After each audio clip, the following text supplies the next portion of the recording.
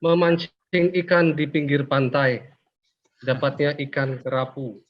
Sebelum presentasi saya mulai, saya sampaikan salam terlebih dahulu.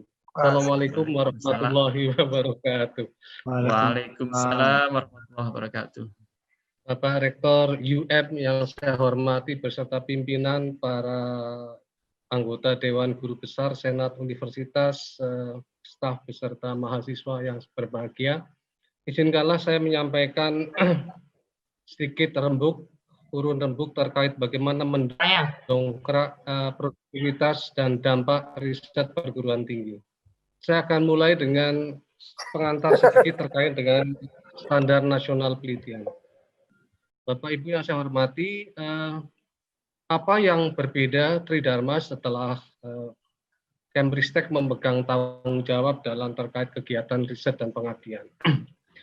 Terlihat pada layar ini, maka penelitian menjadi core, bagian utama di mana diharapkan output luaran penelitian itu bisa menjadi materi ajar, buku ajar, kemudian publikasi, dan sebagainya.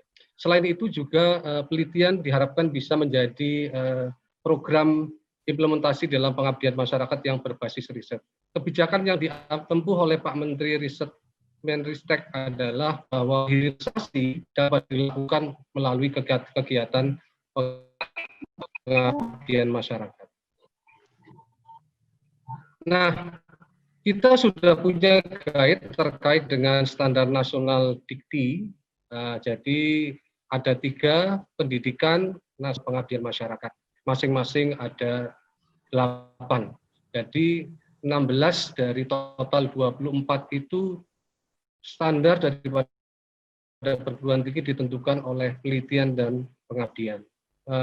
Perguruan tinggi yang mengabaikan 2 standar nasional dan penelitian sudah barang tentu tidak akan pernah bisa mencapai kinerja yang prima. Nah, ini adalah standar nasional penelitian, jadi ini sudah ada diatur dalam Undang-Undang Kemenristek Dikti. Dan sebagai contoh umpamanya pada standar nomor 6 terkait dengan peneliti, maka ada 2 hal yang harus disiapkan oleh UM. Yang pertama adalah tingkat pendidikan daripada peneliti, yang kedua adalah bagaimana output yang dihasilkan oleh peneliti. Kemudian nomor 7 itu terkait dengan standar pembiayaan dan pendanaan.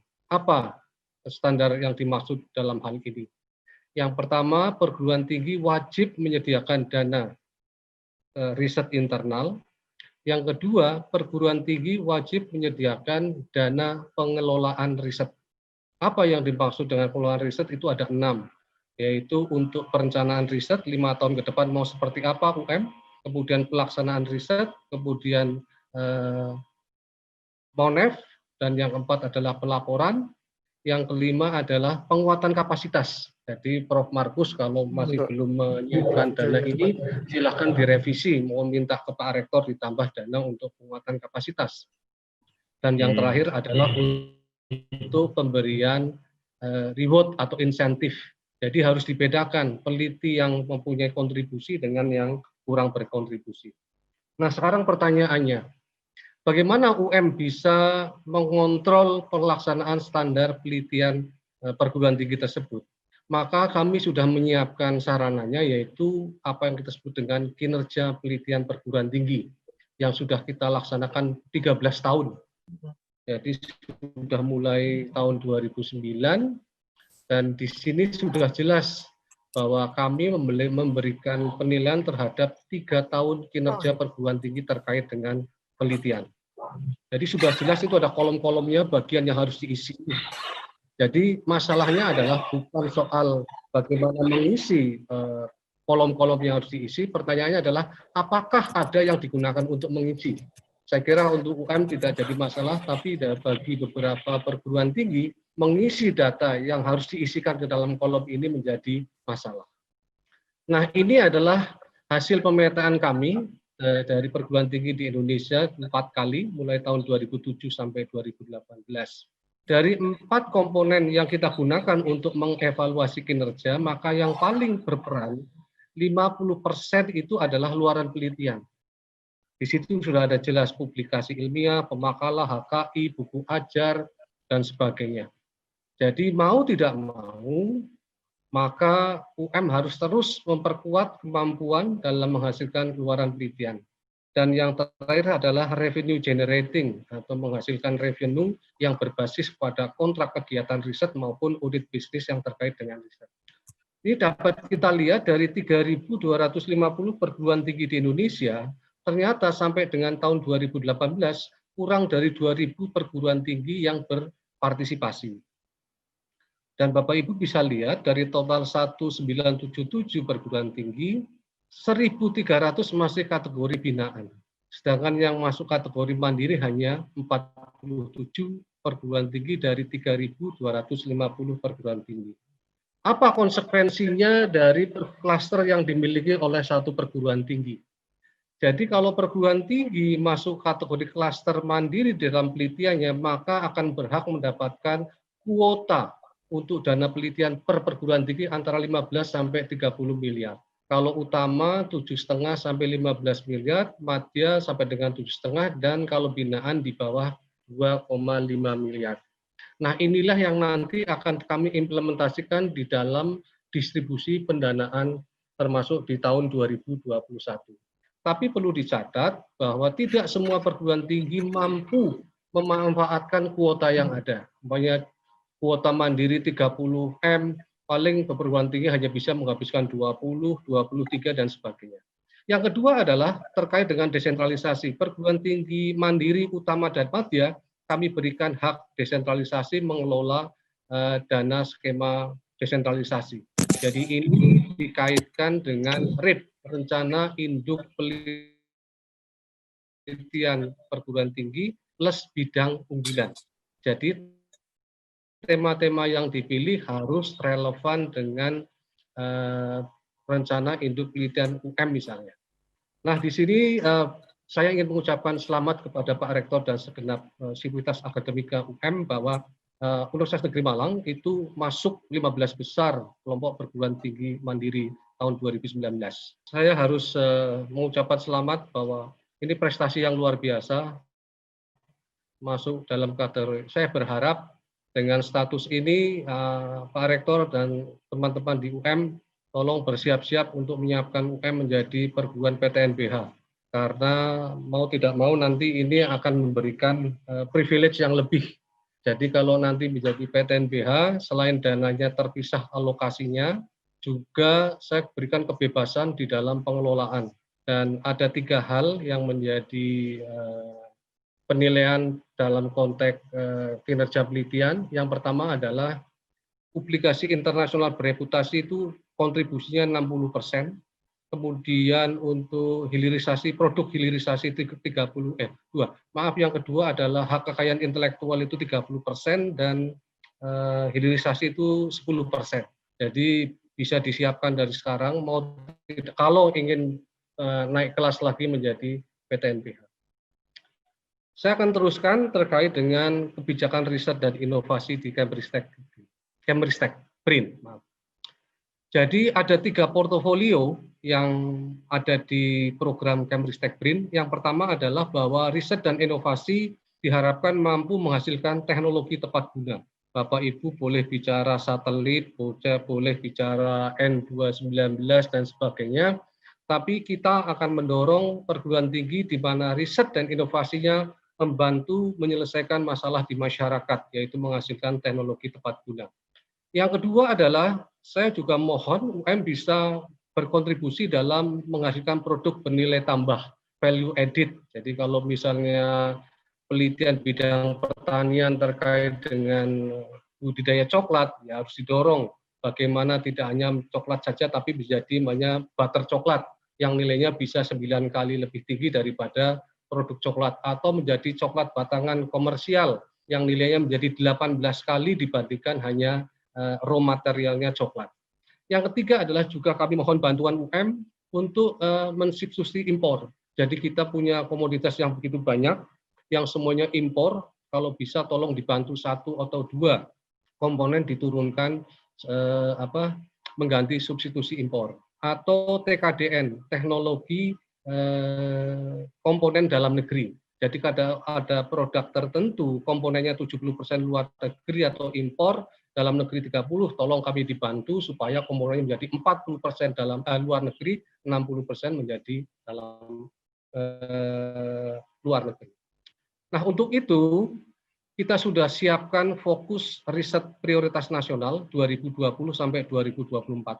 Jadi ada 9 riset fokus: pangan, energi, kesehatan, transportasi, produk rekayasa keteknikan, pertahanan keamanan, kemaritiman, sosio humaniora, seni, budaya, pendidikan, dan bidang lain yang multidisiplin dan lintas sektor. Itu sudah ada 5 yang sudah kita tetapkan, yaitu kebencanaan, biodiversitas, stunting atau kuntet, ya, nutrisi, perubahan iklim, lingkungan, dan air.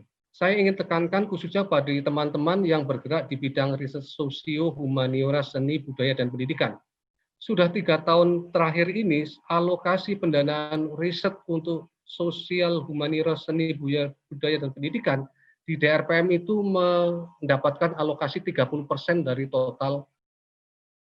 Sisanya baru dibagi dengan 8 fokus riset lainnya. Jadi tidak benar kalau kami tidak memberikan perhatian terkait dengan riset sosio, humaniora, seni, budaya, dan pendidikan.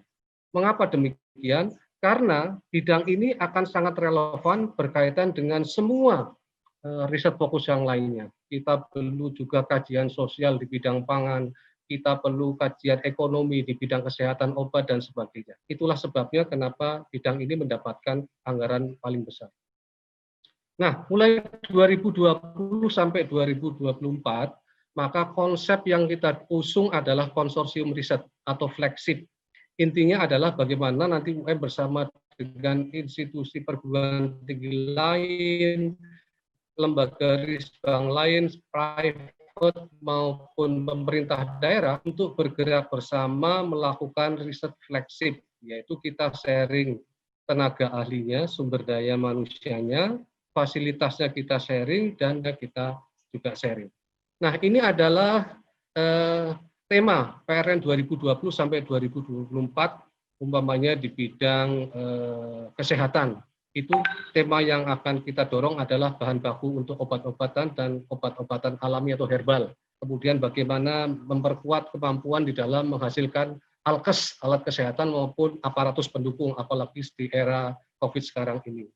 Atau terkait dengan sosio humaniora, seni, pendidikan, itu ada juga itu, sumber daya manusia dan sebagainya. Nah, untuk pertama kalinya dalam sejarah Republik ini, pemerintah menetapkan ada 49 produk inovasi terkait dengan tema-tema tadi. Jadi monggo silahkan UM mau membantu kami di mana, sesuai dengan RIP-nya, mau di padi, jagung, atau justru di perubahan masyarakat di era evolusi digital dan sebagainya. Jadi monggo nanti dicermati paparan saya nanti, silahkan nanti di-share.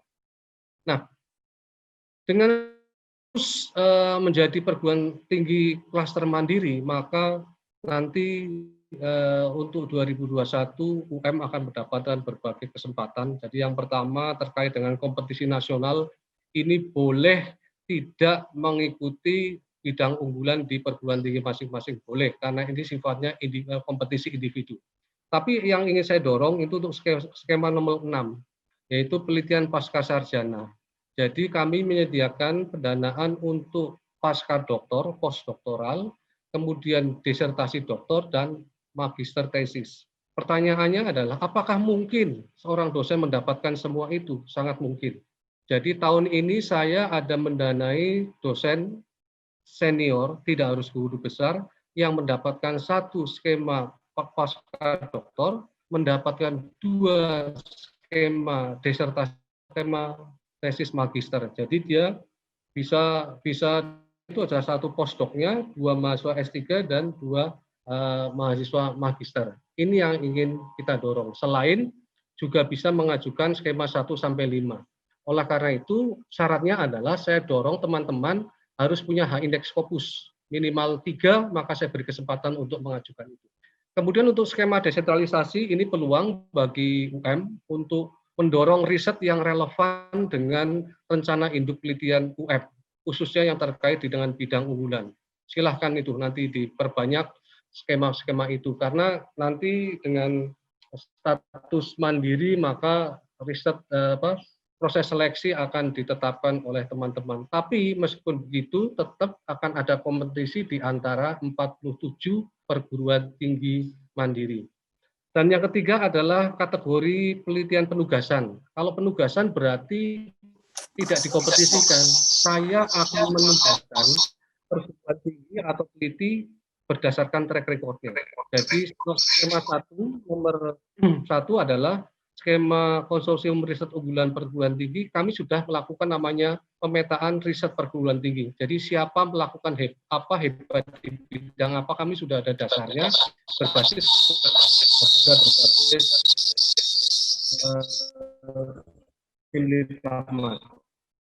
Kemudian yang kedua adalah kajian kebijakan strategis. Ini manakala kementerian memerlukan kajian strategis bidang tertentu untuk membuat masuk UM. Yang ketiga adalah WCR atau World Class Research. Kami ingin dorong, syaratnya adalah seorang dosen harus memiliki H-index Scopus minimal 5 dan punya pengalaman mempublikasikan publikasinya pada jurnal kuartil 1 sebagai first author atau corresponding author, atau memiliki 5 publikasi pada Q2 sebagai first author atau corresponding author. Tahun ini kami pilih sekitar 300 dosen dari 270.000 dosen untuk melakukan WCR. Nah, ini adalah output yang kami tawarkan kepada teman-teman. Jadi boleh publikasi internasional, publikasi nasional, menghasilkan buku, proceeding, bahkan bab buku sebagai output wajib itu boleh. Teman-teman juga bisa mengajukan hak cipta, paten, sederhana, dan sebagainya, varietas tanaman, sebagai output riset terapan dan riset pengembangan seperti itu. Jadi selain ada prototip yang siap atau like industri, sampaikan output berupa dokumen visibilitas tadi atau naskah kebijakan. Jadi sekali lagi tidak ada kewajiban harus menghasilkan publikasi internasional kepada skema riset tersebut. Kalau teman-teman menghasilkan output tambahan publikasi atau hal lain di luar itu, silakan. Nah, untuk hak cipta, khususnya bagi perguruan tinggi yang lebih bersifat kependidikan atau seni, saya juga berikan berbagai fleksibilitas jenis output yang bisa dijanjikan kepada kami. Jadi karya tulis bisa atlas, biografi, naskah drama, komik, naskah film, karya seni boleh di situ, komposisi musik, karya audiovisual, dan sebagainya, dan sebagainya. Bahkan karya rekaman berupa ceramah khotbah Jumat atau pidato itu juga diperkenankan. Nah, saya ingin mendorong sebagai bagian terakhir dari paparan saya, dengan status yang sudah mandiri, saya ingin UM lebih berkibar dalam konteks kerjasama riset internasional. Jadi Indonesia sudah dikenal sebagai laboratorium alam, karena memang kita punya resources yang begitu banyak, dan teman-teman bisa lihat hampir semua bidang yang ada itu bisa terwadahi, dari geologi, biologi, kesehatan, antropologi, sosiologi, politik, sejarah, kebijakan publik, dan sebagainya. Ini adalah beberapa poin yang ingin teman-teman perhatikan terkait dengan kolaborasi riset, yaitu tolong dibuat Memorandum of Understanding, kemudian ada technical agreement untuk implementasinya, dan jangan lupa kalau ada perpindahan materi riset harus ada namanya material transfer agreement, dan yang terakhir adalah supaya Bapak Ibu tidak kecolongan hak kekayaan intelektualnya, tolong juga disiapkan intellectual property agreement. Jadi selain program yang tadi saya sampaikan lewat skema DRPM, jadi teman-teman boleh mengajukan skema KLN untuk bekerja sama dengan semua perguruan tinggi di seluruh dunia. Kami juga sudah melakukan program mendukung program bilateral dan multilateral. Jadi untuk bilateral misalnya Ristek dengan Newton Fund, kemudian Ristek dengan NWO dari Belanda, kemudian ada Indo-Fren Nusantara dengan Perancis, di mana ini gabungan dengan Direktorat Sumber Daya. Teman-teman bisa sekaligus nanti mengajukan dana riset, dan kalau dipilih nanti selain kerjasama dengan Perancis juga akan dibiayai exchange-nya, bisa mobilitas Perancisnya akan didorong atau didanai oleh Dirjen Dikti. Kemudian juga yang baru saja itu misalnya ada Belarusia, kemudian ada di Amerika dan sebagainya. Kemudian juga ada multilateral joint funding, artinya minimal harus melibatkan 3 negara. Ada e-Asia, itu untuk kawasan e-Asia, dan yang kedua meskipun e-Asia tapi pesertanya juga ada dari Amerika, kemudian dari Australia, dari Rusia, dan yang kedua adalah JFS Joint EU Program.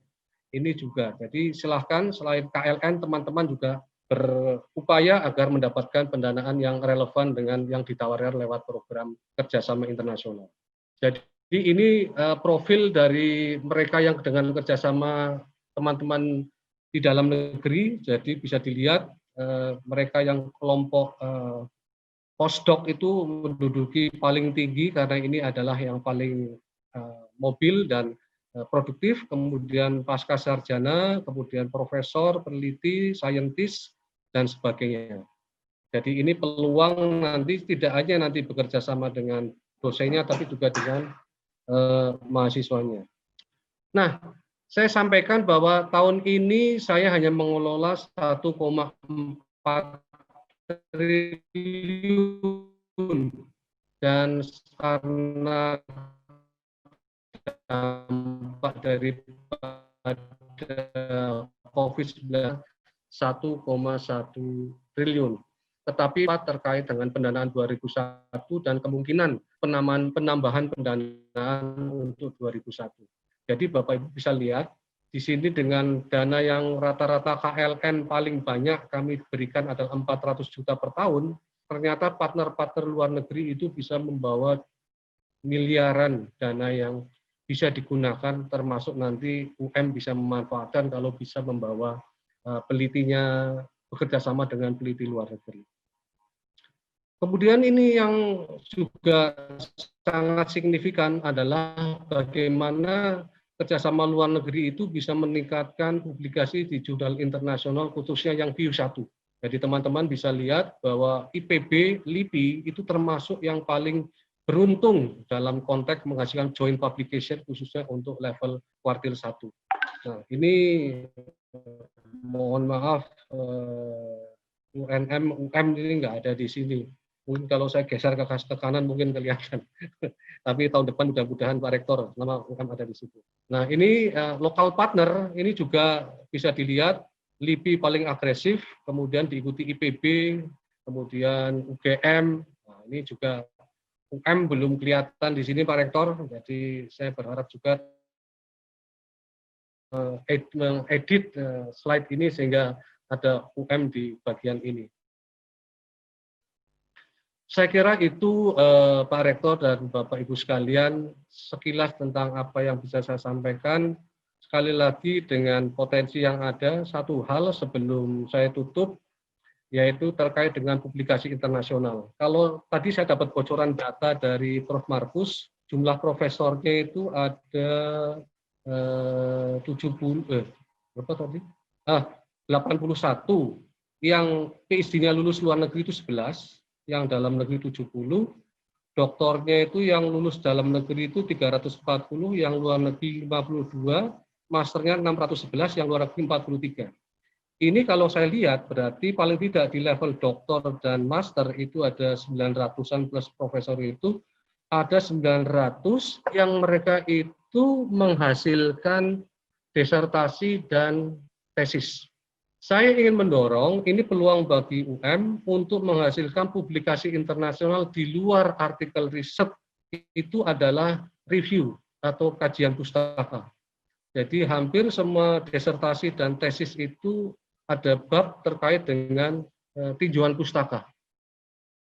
Kalau tinjauan pustaka itu dirubah menjadi artikel publikasi internasional, ya minimal Q3 atau Q4 juga nggak apa-apa, maka tahun depan UM bisa mendapatkan sekitar tambahan 900 publikasi internasional bereputasi yang berasal dari tinjauan pustaka yang dirubah menjadi review artikel, dan itu kalau dihitung angka kreditnya juga poin.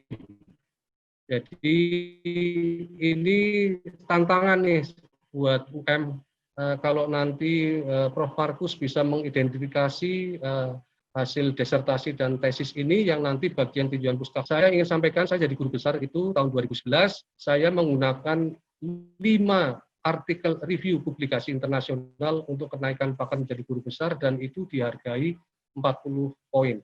Jadi mengapa tidak teman-teman di UM bisa memanfaatkan itu. Saya kira itu sedikit dari saya, mudah-mudahan bermanfaat. Makan keripik di tepi sawah, keripiknya jangan sampai jatuh. Wabillahi taufik wal hidayah. Wassalamualaikum warahmatullahi wabarakatuh.